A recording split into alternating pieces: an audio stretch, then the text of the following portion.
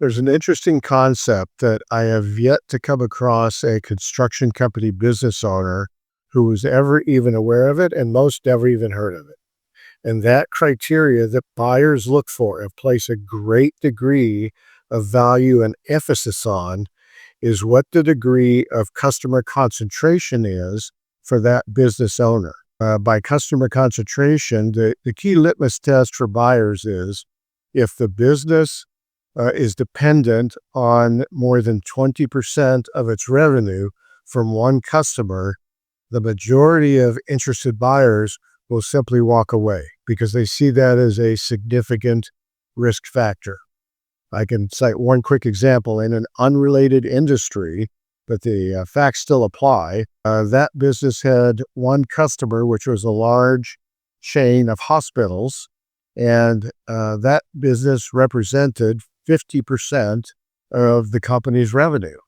And buyers would not pay this seller any cash up front because they had such grave concerns about the risk exposure of this one customer.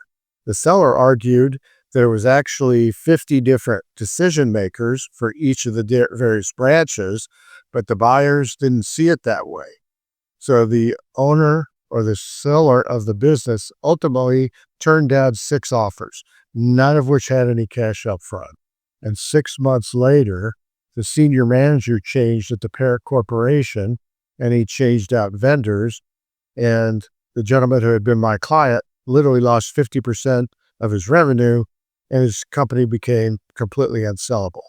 So that's why buyers are so focused on the amount of customer dependency there is in these businesses.